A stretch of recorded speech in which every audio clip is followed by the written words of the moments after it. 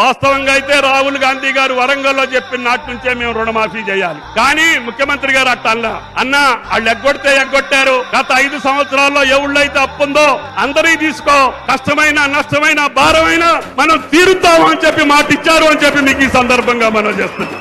ఒక పక్క గోదావరి జలాలు ఇవ్వటం, ఒక పక్క రైతు కుటుంబాలను రుణ విముక్తులను చేయటం, తద్వారా భారతదేశం మొత్తానికి తెలంగాణ ప్రభుత్వం ఒక దిక్సూచిగా ఉండాలని, మన మోడల్నే భారతదేశం ఆచరించాలని, అది ఇరిగేషన్ అయినా వ్యవసాయం అయినా ఐటీ అయినా ఇండస్ట్రీ అయినా నిన్న ముఖ్యమంత్రి గారు చెప్పారు. నాకు ఈ రాష్ట్రాలతోటి పోటీ కాదు, నాకు ఈ ప్రపంచంతో పోటీ.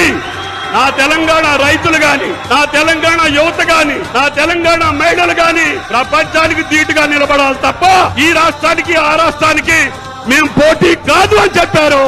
ఆ శ్రీరామచంద్రుడి దయ వల్ల ఆయనకి ఇంకా శక్తినిచ్చి ఈ రాష్ట్రాన్ని సస్యశ్యామలం చేసి